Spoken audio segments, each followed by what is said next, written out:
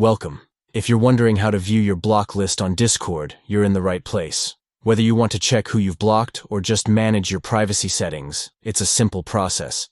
In this video, I'll show you the updated steps to view your blocked users using your Android device. Let's dive in. First, open the Discord app on your Android phone.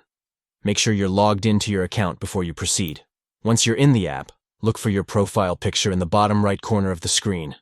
Tap on it, and this will take you to your personal settings page. Next, in the bottom left corner, you'll see a small gear icon. This is the user settings. Tap on that icon, and it will open up a menu with various options related to your account and preferences.